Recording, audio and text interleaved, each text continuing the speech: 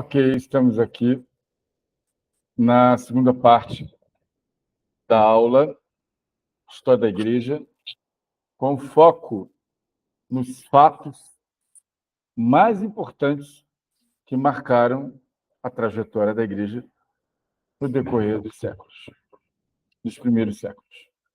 E, como não poderia deixar de ser, vimos a primeira parte, vimos como que a Igreja vai sair da primeira parte, a Igreja vai sair da sua formação original, que a comunidade original... Veja, irmãos, quando se fala igreja primitiva, é um erro teológico gigantesco. Por quê? Do ano 1 até o ano 63, 64, que é quando termina o livro de Atos, ali não tinha igreja ainda. Esse ano não tinha. Ali era a comunidade dos nazarenos. Ali é a comunidade. Então, vocês vão ver, o único momento que você tem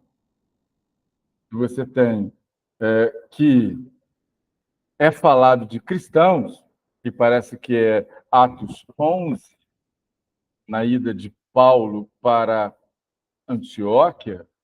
Barnabé vai buscar Paulo, leva ele para lá e tal, para ficar lá um ano ensinando. Ali os cristãos, ali os apóstolos foram chamados cristãos, enfim. Ali você não tem ainda uma igreja. Ali o nome ainda é um nome vinculado ao hebraico, ao judaísmo, tá? Então, esse nome surgiu até, contam alguns historiadores, até de uma forma pejorativa, ofensiva. Então, esse nome foi surgiu ali. Outros historiadores dizem, não, a passagem do hebraico para o grego há uma dificuldade fonética. Então, por exemplo, no hebraico, você lê da direita para a esquerda. Isso nos países do Oriente. Nos países do Ocidente, você lê da esquerda para a direita. Os países do Oriente, no caso, o idioma, sobretudo o idioma de língua semítica, da onde o hebraico surgiu, eles não fazem diferenciação de masculino e feminino. Agora, o hebraico moderno faz. Por exemplo, homem, ish, mulher, ishá. Então, assim, porém, quando você fala assim, o que eu digo é no sentido de um nome especificamente masculino. Ish não é nome, ish é um designativo, homem. Ishá é um designativo para mulher. Ok. Mas, por exemplo, Yeshua, se você lesse agora Yeshua, você diria que essa pessoa é homem ou mulher? Termina em A. Paula, Lena, Cássia. Então, no Ocidente, há, porém, no Oriente não tem. Então, veja, além da questão gramatical, da questão alfabética.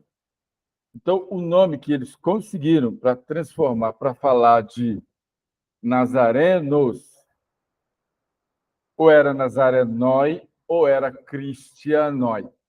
Então, no original em hebraico, eles pegaram esse nome, cristianoi, cristãos. Tá? Enfim, não tem dificuldade. Então, eu falei sobre isso. Esse tempo aí, do ano 30, o ano 30 tem a morte de Jesus de Nazaré, 50 dias depois tem o Shavuot, tem o descer do Espírito Santo. Ali, os discípulos que estavam ali, eles foram cheios do Espírito. Ah, tá, outra coisa. Em Atos 2, não tem batismo com o Espírito Santo, tem enchimento com o Espírito Santo, porque eles já haviam sido batizados antes.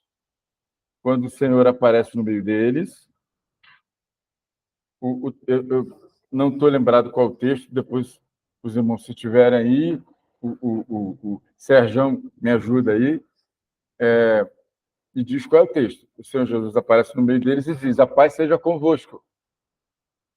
Aí a coisa... Novamente ele diz: a paz seja convosco. Eis quem envia sobre vós o Espírito Santo. Recebei o Espírito Santo. Soprou sobre eles. Quem estava ali? Quem era essa pessoa? O doador da vida. Então ele podia fazer isso à vontade. O texto de João 20, 21. João 20, verso 21. verso 21. Isso foi batismo no Espírito Santo, não é com, é no Espírito Santo. Quando chega em Atos, veja, o que acontece ali? Uma manifestação do Espírito Santo. Eles foram cheios do Espírito Santo. Só corrigindo, pastor, verso 21 e 22. 21 e 22, amém. Eles foram cheios do Espírito Santo em Atos. Cheios. E o que aconteceu ali? O pessoal discute à vontade. O que aconteceu ali foi uma glossochanolalia, ou seja, línguas idiomáticas. Por quê? A palavra diz que cada um judeu de fora entendia na língua do país de onde ele vivia. Não foi língua estranha. Não foi a língua estranha lá de Coríntios 12, 7 a 9. Não. Aquela, sim, é língua estranha mesmo. Ninguém entende, e só os anjos entendem. Ou quem tem o dom de interpretação. Beleza. Eu quero que vocês guardem bem isso. Então, o primeiro fato relevante disso. O nome, a igreja só vai ser igreja a partir do século II, de 101 em diante, com destaque para o indivíduo chamado Inácio de Antioquia. Ele mudou tudo. Por quê? Porque até o ano 96, os apóstolos desapareceram, sendo o último João, conforme o próprio Senhor Jesus havia prometido. Um de vocês não vão conhecer a morte. Mas quem é? Não importa. Mas quem é, Senhor? Não importa. Se eu quero, o que importa para vocês? A questão é que vai cumprir. E foi João.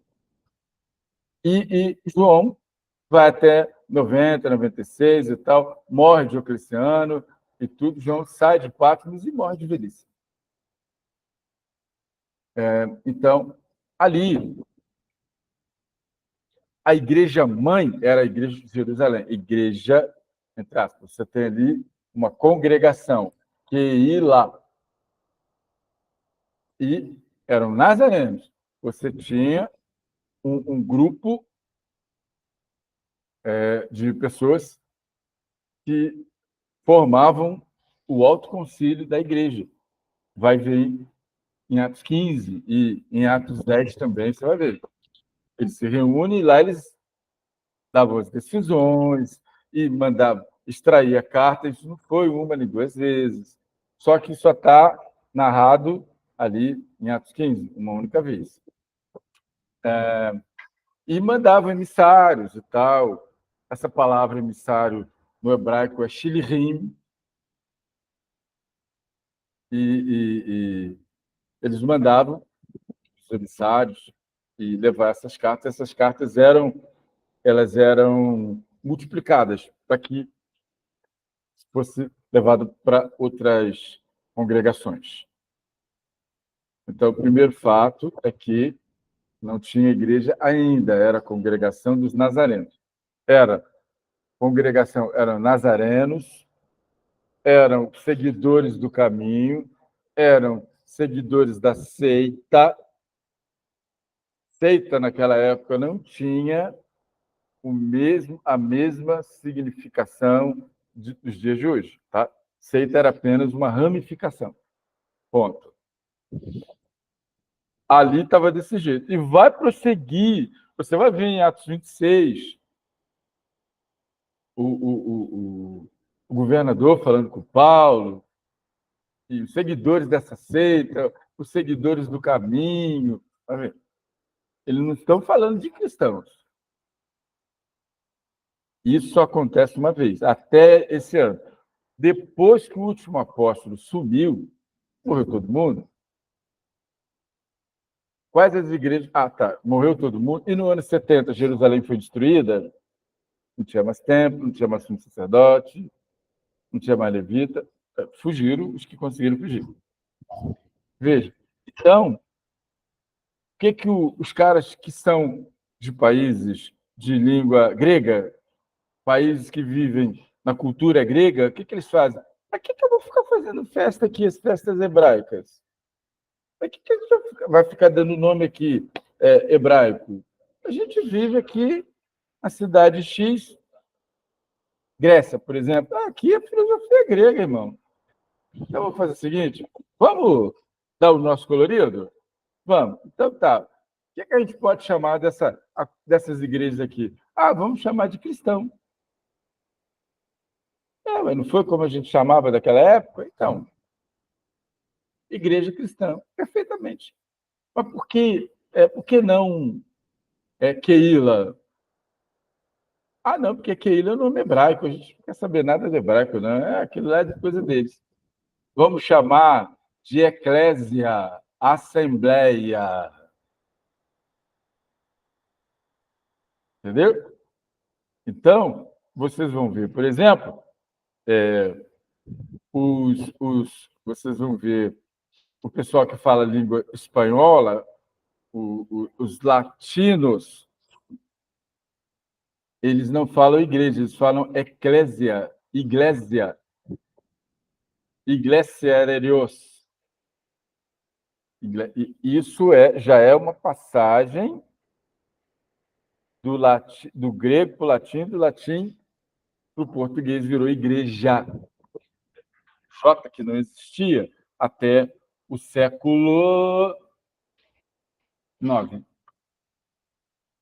Quando você olhava qualquer palavra no latim que demandava a letra I, eles substituíram aquele I com som de J em J. Enfim, é só detalhe que eu estou passando aqui. Mas o importante é que até o século II, quando chega no século II, aí sim você tem uma igreja. Tá? Aí você tem os bispos ali, ainda com os presbíteros, só que eles arrumaram para colocar os bispos como sendo... Aí já começa a distorção.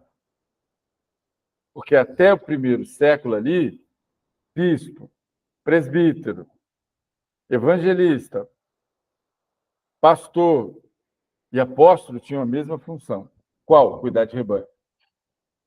Ensinar, pregar a palavra. Vou dizer, esses 5 você vai encontrar lá em Efésios 4:11. Efésios 4:11 são dons ministeriais.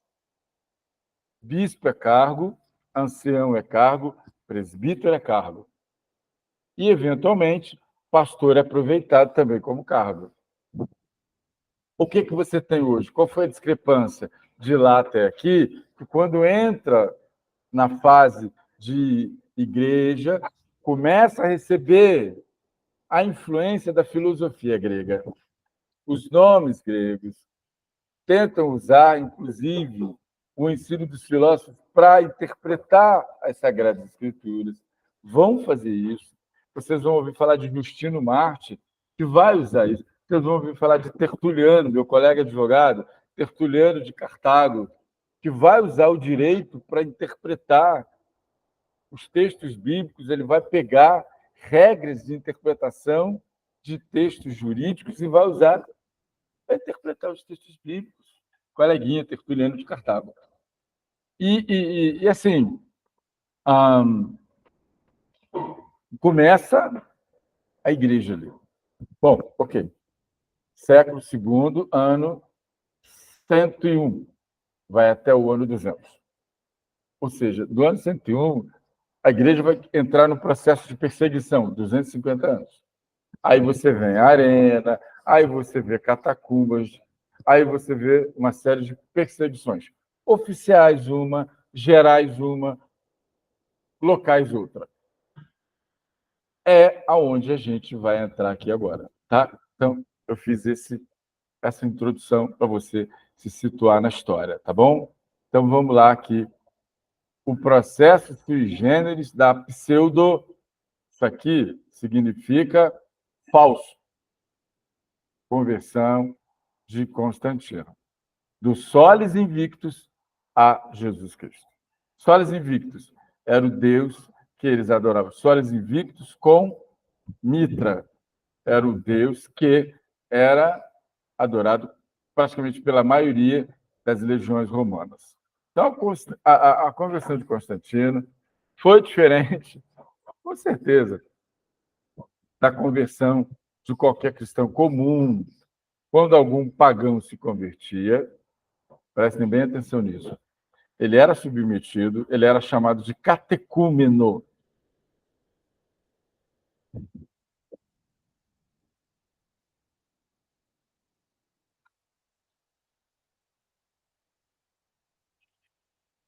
Era chamado de catecúmeno. E ele era submetido a um longo processo de disciplina. Longo. As mais das vezes em torno de 3 anos.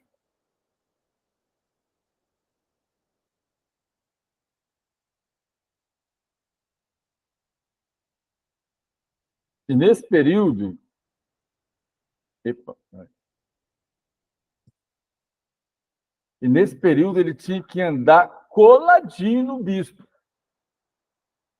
É aquele relacionamento, discípulo-mestre, mestre-discípulo, a fim de que houvesse certeza de que o novo convertido entendia e vivia sua nova fé. Enquanto o bispo ou o presbítero não declarava que está aqui, o cara não passava para batismo.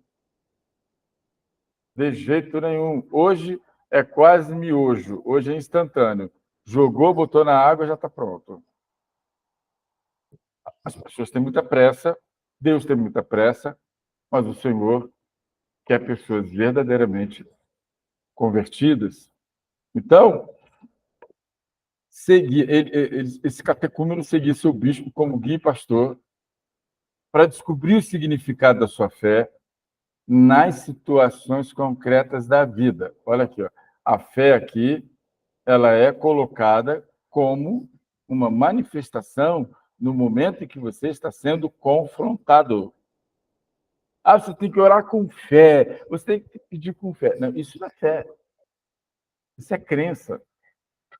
A fé é um dom que vem de Deus nos momentos que você está sendo confrontado, trucidado, perseguido. É um momento que você está passando por ausências, faltas, sem emprego, está passando fome. A fé, esse dom aqui, é um dom de resiliência. Fé, ela age da seguinte maneira: ela vem sobre você, ela te coloca sobre uma base, porque a Bíblia diz é firme fundamento, e esta base é Jesus de Nazaré, e ela te bota debaixo de uma cobertura, que é o esconderijo do Altíssimo, que é a palavra de Deus. Por quê? Porque para você receber o milagre de Deus, você precisa estar na posição certa, na condição certa. Eu dei o exemplo aqui. O indivíduo sofre um acidente de trânsito, uma colisão, onde ele tem múltiplas fraturas, que a gente chama de politraumatizado. A minha filha aqui entende muito disso. E você chega no hospital, você vai para o centro cirúrgico para ser estabilizado. Por quê? Porque esse impacto joga a sua pressão arterial lá embaixo, você fica com dificuldade, com deficiência de oxigênio, o pulmão, tudo, o corpo colapsa. Se essa pessoa for julgada por uma cirurgia, ele vai morrer. Então, antes que o médico entre com esta providência, antes que o médico entre com o tratamento cirúrgico, a pessoa precisa ser estabilizada. Vamos trazer isso para o mundo espiritual? Sim. Deus só vai realizar milagre quando o crente estiver estabilizado, confiante, motivado, resiliente e no lugar certo, sobre o fundamento e debaixo da cobertura. Coincidentemente, enfim. Ok? Então, a fé não é instrumento em si mesmo. A fé não faz nada de si mesma. A fé vem para estabilizar você, para estabilizar o crente. A fé, a prova que eu estou dizendo, está lá em Efésios 6. O apóstolo equipara a fé a um escudo com o qual podeis se defender de todos os dardos do maligno. É o escudo. Então, a fé é um dom de um dom de instrumental de estabilização e de defesa, principalmente da cabeça, ideias, coração, sentimentos. O escudo que Paulo tinha em vista ali era o scutum romano, que vinha do peito até a canela. Oba, chegou meu café. Obrigado, filho. Então, veja, era aquele escudo ovalado que tinha, não era um escudo reto, era um escudo ovalado, assim. Por quê? Descobriram os romanos que quando a flecha batia no escudo, essa forma dele de ovalada fazia com que a flecha resvalasse. Então, o próprio apóstolo diz, com o qual podeis, não sei qual é o termo, se alguém tiver com a Bíblia aí, por favor, me fale, não trouxe minha Bíblia, podeis combater todos os dardos inflamados do mal. Então, eles eram levados, os catecúmenos, voltando ao significado da fé, eles eram levados. O catecúmeno, o bispo ou o presbítero, devia acompanhar de perto aquilo que o catecúmeno estava vivendo, para depois, então, chegar lá na congregação e testificar, não, ele recebeu realmente uma transformação, ele está transformado. Eu acompanhei, eu vi tudo e tal. Aí ele era levado para o batismo. E ele precisava verbalizar aquilo que ele entendeu, aquilo que ele aprendeu. Então, meus amados, até aqui, o ensino aqui meio que copiava o método do Senhor Jesus. O Senhor Jesus ensinava praticando e praticava para ensinar. Os discípulos acompanhavam o Senhor, viam os milagres, depois ele ia ensinar. Quando eles ouviam o ensino, eles lembravam daquilo que eles viram, daquilo que eles assistiram. Aí você vai ver vários momentos nos evangelhos dos discípulos perguntando algumas coisas para o Senhor. Tá? Aquilo ali é ensino. Ensino. Aquilo ali é Torá. Ensino.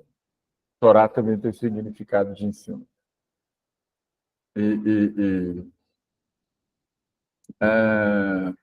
Tem uma palavra no grego também para ensino, eu vou lembrar aqui, didaquê. Eu tive um grupo que botei esse nome, didaquê. Então, vamos lá.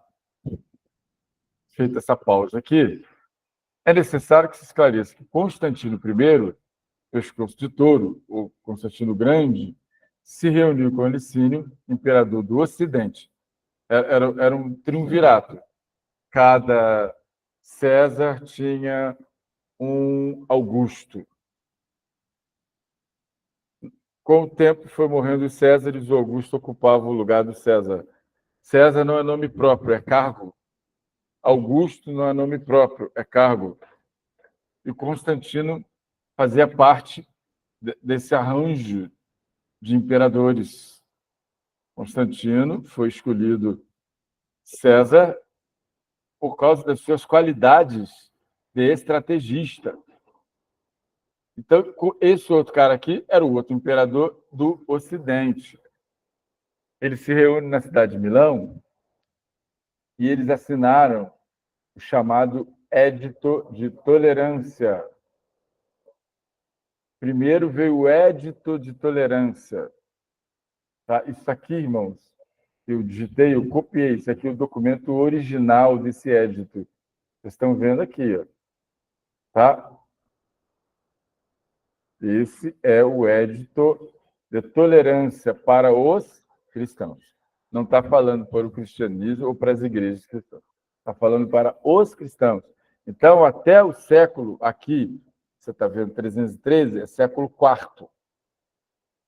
Até essa época, você não vai ouvir falar de igreja. Você só vai ouvir falar dos cristãos.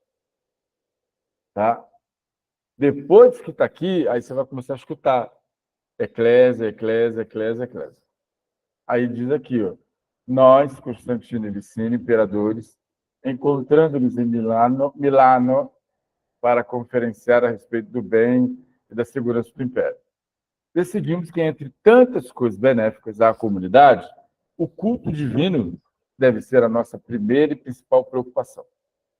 Pareceu-nos justo que todos os cristãos, inclusive, gozem da liberdade de seguir o culto e a religião de sua preferência. Assim, qualquer divindade que no céu mora ser-nos-á propícia a nós e a todos os nossos súditos. Decretamos, portanto, que, não obstante a existência de anteriores instruções, aqui, anteriores instruções, ele quer dizer leis, éditos, principalmente o de Nero, mandando perseguir e matar os cristãos, e o de Diocleciano, que dizia que o nome cristão tinha que ser apagado. Todas as instruções relativas aos cristãos, os que optarem pela religião de Cristo, sejam autorizados a abraçá-la sem nenhum tipo de estorvo ou empecilho, e que ninguém absolutamente os impeça ou moleste. Observai outro sim, que também todos os demais outros seguidores de outras crenças terão garantia à livre e restrita prática de suas respectivas religiões, pois está de acordo com a estrutura estatal e com a paz vigente, que asseguremos a cada cidadão a liberdade de culto segundo a sua consciência e eleição.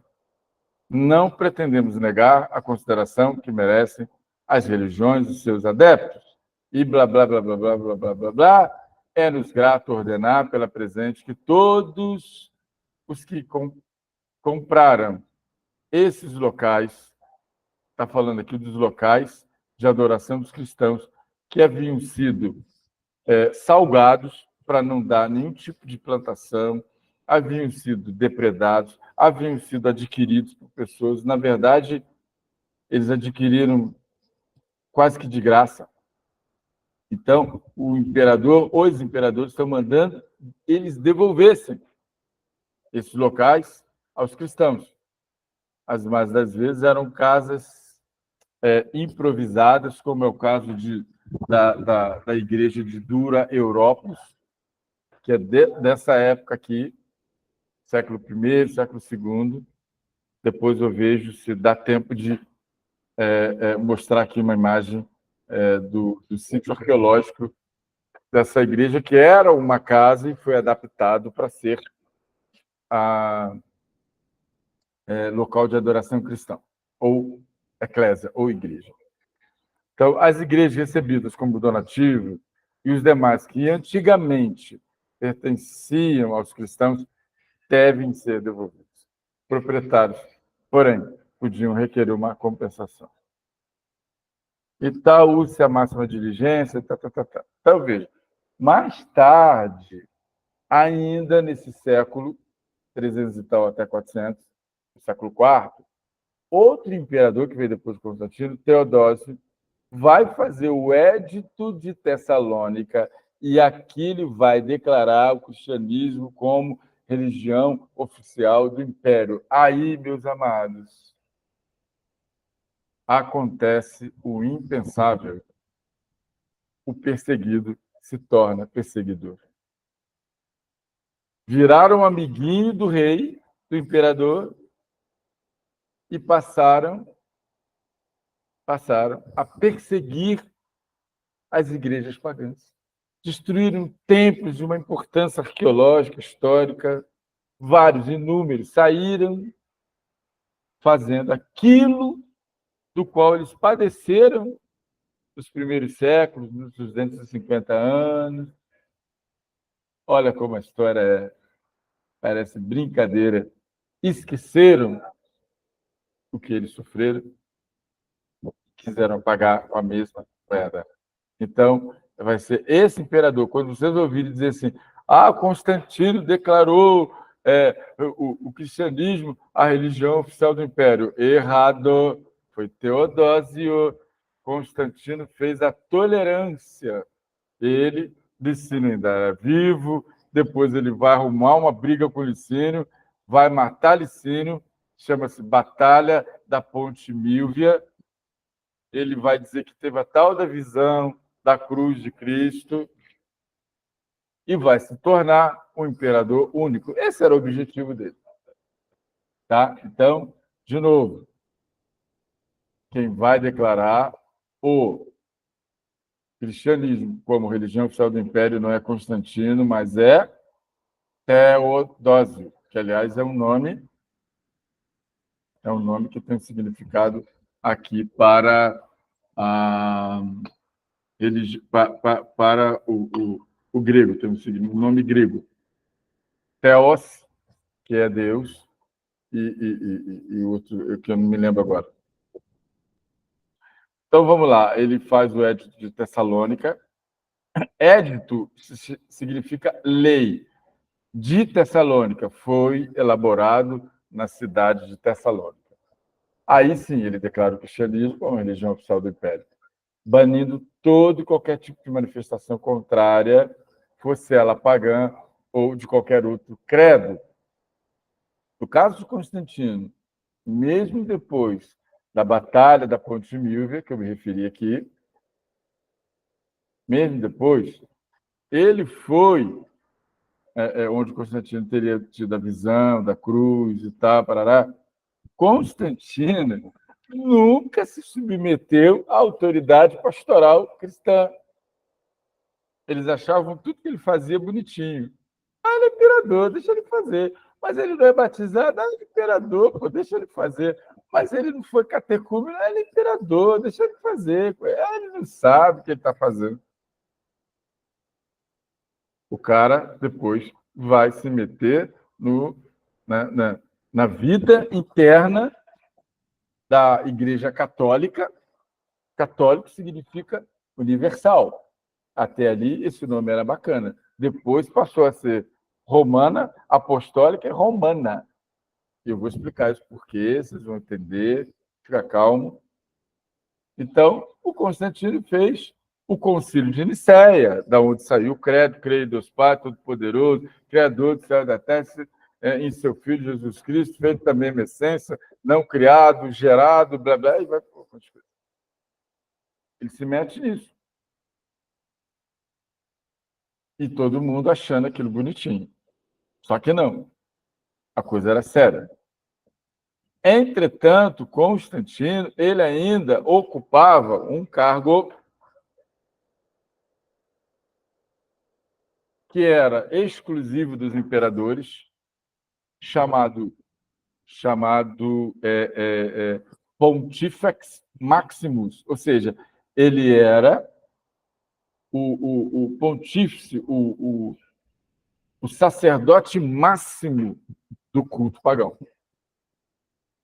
E estava lá, os puxa-saco, Ócio de Córdoba, bispo, puxa-saco, mas ele era assessor do imperador para assuntos dos cristãos.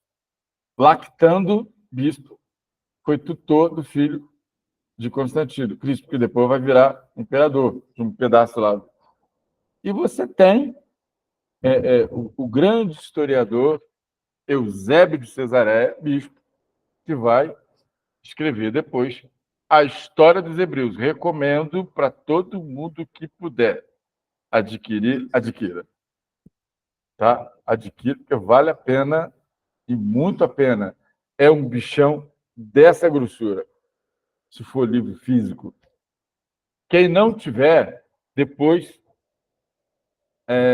fala lá no grupo que eu dou um jeito e vou mandar um PDF desse livro para vocês que merecem todo o meu carinho.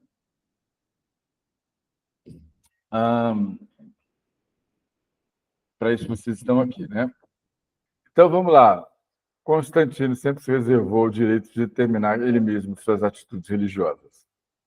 Ele se considerava, olha aqui, bispo dos bispos. É o que estou falando. Ele culpava essa posição de Pontifex Maximus. Olha, deixa eu ver onde eu vou falar disso. Está aqui. Pontifex Maximus. Ele se achava bispo dos bispos, o sumo sacerdote do culto aos deuses romanos, aos deuses pagãos. É um panteão. Então, do ponto de vista da doutrina bíblica, Constantino não era crente em Jesus de Nazaré, mas ele era grato. Ele não tinha passado ainda pelo catecumenato, igual eu falei, catecúmeno, processo para poder ser, para poder entrar na fé do Senhor Jesus, que na verdade a gente sabe que isso é uma experiência. E, irmão, se a gente fosse implantar o catecumenato nos dias de hoje, muita igreja ia deixar de crescer. Igual esse crescimento doido, louco que tem por aí, faz o crente miojo, né? Aquele crente instantâneo. O cara chega na igreja, amanhã já soca o cara numa piscininha de plástico, e às vezes nem isso. É o crente miojo. Aqui era 3 anos. O processo. Então, ainda tinha que fazer a confissão pública de fé. Meu Deus do céu. No ato do batismo, ele falava o credo. Um monte de coisa. Tem um documento do ano cento e pouco, que se chama Didaquê, de novo Didaquê, e nesse documento eles vão dar as instruções de como era o batismo, ali do primeiro e segundo século. Depois eu vou ver se eu pego esse documento aqui e a gente dá uma passada. Então, vamos lá. De maneira que qualquer política ou édito em favor dos cristãos, da parte do imperador, era recebido pela igreja como um favor, feito por um amigo, ou um simpatizante. Qualquer deslize dele era encarado da mesma perspectiva, ou seja, uma ação de alguém que não fazia parte do grupo. Olha aqui. Está vendo? Uma pessoa assim podia receber conselhos da igreja, mas nunca a direção ou a condenação da igreja. Essa situação se encaixava perfeitamente nos propósitos de Constantino, porque ele queria ter todo o Império Romano debaixo de uma mesma bandeira, debaixo de um mesmo imperador, debaixo da mesma religião. E ele acabou conseguindo. Graças ao plano que ele fez de conversão de todas as suas legiões. Quando você fala no exército romano, você nunca fala exército, você fala em legiões romanas, que é a mesma coisa, tem o mesmo valor, equivale a um exército. Então, ele vai, contando com aqueles 2 bispos e os outros sacerdotes pagãos, ele vai meio que obrigar os legionários a aceitarem o Deus cristão. Ele vai fazer isso, e quem não aceitasse, morreu. Simples assim. ou aceita ou morre. Então, o certo é que parece que Constantino parecia que ele cria mesmo no poder de Jesus. Da mesma forma que ele cria no poder das demais divindades pagãs. Ele cria no poder do Deus cristão, mas também cria no poder das outras divindades, Júpiter, Apolo, e vai para fora. Então, essa afirmação ela é reforçada na medida em que o imperador não misturava respeito aos deuses dos cristãos com a fé que ele tinha. Não misturava o Deus dos cristãos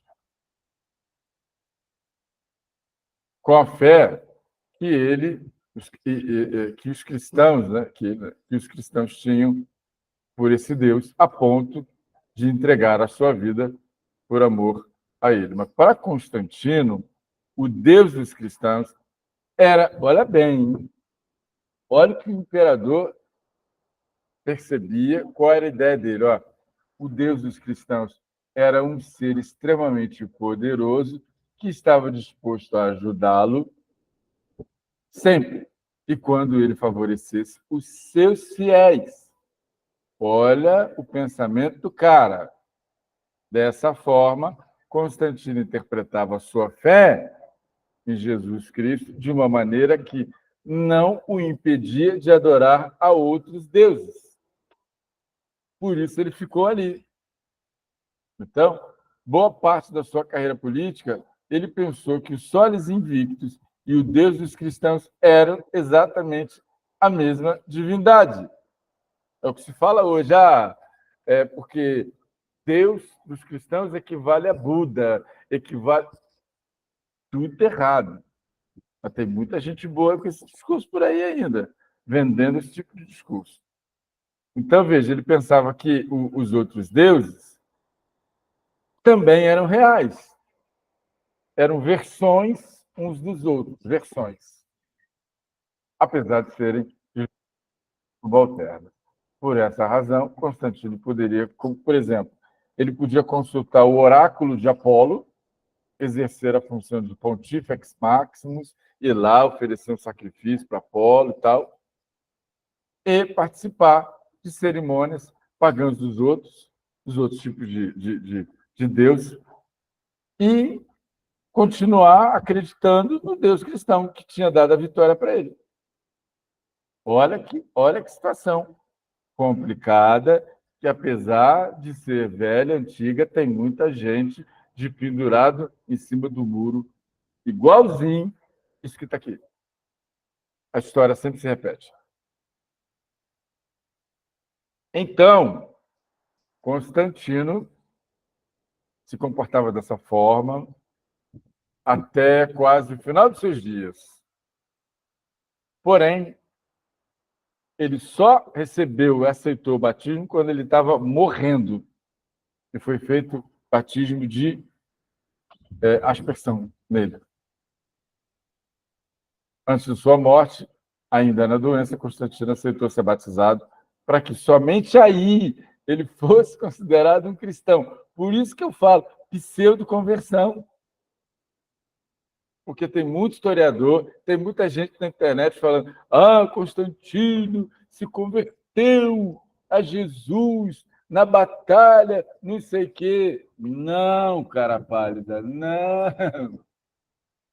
No, lo, niet, não. Constantino só aceitou ser batizado e crer quando ele estava para morrer. No seu leito de morte. Enquanto isso, o paganismo comia solto em Constantinopla, em todas as áreas do Império Romano. Tá bom? Bom, meus amados, o que importa aqui não é tanto mostrar as últimas consequências, mas as imediatas consequências desse envolvimento. Aí, a partir daqui, a gente já vai começar a falar dessas consequências. Ó, aqui, ó, olha ele aqui. Ó. Eusébio de Cesareia. Ó. Tá vendo? Falando aqui que não tem nada a ver com esse outro Eusébio. O escritor foi esse cara aqui. O livro dele é uma referência para qualquer pessoa que queira estudar teologia. Uma referência. Tá? Depois a gente pode falar a esse respeito. Então, nós vamos falar sobre os cismáticos, os caras que não aceitaram esse papinho do imperador, não concordaram com a maneira como os irmãos lá da fé encaravam, como aqueles dois bispos, Ócio de Córdoba e Laquetanco, eles não gostavam. Não gostaram. Fizeram o quê? Ah, tá. Então, o negócio agora é, você não pode ser mais perseguido. Antes disso que está aqui, para você ser considerado discípulo, digno de ser chamado discípulo, você tinha que ser perseguido, padecer e ser morto pelo nome do Senhor Jesus. E teve um maluco aí, o mesmo, tal do seu Inácio Antioquia, que forjou a situação toda. E, na verdade, ele foi suicida. Ele pediu para ser torturado e morrer nas arenas. Só que não, ele não foi perseguido, ele foi lá. Foi lá falar para o cara, foi lá desafiar o imperador. Na ocasião, o imperador falou: aqui, corta o pescoço desse cara, tinha esse cara na minha frente. Esse maluco. Mas ninguém foi lá perseguir ele. Então, quando ele sacou isso, ele falou: caramba, eu tenho que arrumar um jeito aqui. Senão, não vão olhar para mim. Olha que doideira. Então, veja, antes disso que está aqui, era assim. Depois disso que está aqui, falou: bom, não tem mais perseguição. Como é que eu vou ser considerado discípulo? Ah, tá, já sei. Se isolando do mundo. E foi o que esses caras fizeram. Eles foram para o deserto. Aí aqui já começa uma história dos mosteiros, das ordens, dos caras que ficavam lá isolados, etc, etc e tal. Então, a gente vai passar por aqui, nós vamos ver a controvérsia, Diário, o presbítero de Alexandria, sempre Alexandria, é da onde sai um monte de heresia, sempre tem que ser da escola de Alexandria, né? Da lá onde a mesma escola, no seu daquele bispo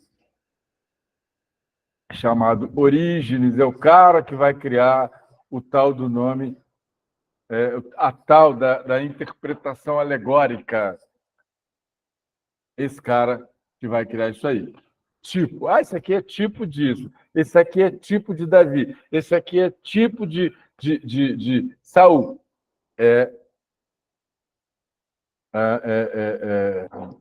Orígenes de Alexandria, que vai criar esse método. Ele vai dizer que isso pode ser aplicado à Bíblia toda. Não dá. Tem hora que tem coisa que não bate e é extremamente perigoso você usar isso. Porque, às vezes, a conta não bate, as coisas não fecham e aí acaba uma grande bobagem. Vamos lá, falei de Dura Europas aqui, ela aqui. Então, esse estudo aqui é muito rico. Hoje a gente dá mais um passo nele. Eu não quero ficar entulhando vocês de informação. Então, aqui já começa a hierarquização da igreja, concentração de poderes. Nós vamos ver a questão da idolatria aos mortos. Vamos ver como, de onde surge catedral. Vamos ver a origem da basílica. Por que é que chama basílica? Aí aqui, a influência do protocolo imperial no culto cristão, influência na liturgia, influência em censo, nas roupas, nos gestos e na procissão. Tá? Não percam, por favor, não percam esse estudo, porque ele é muito rico de informações.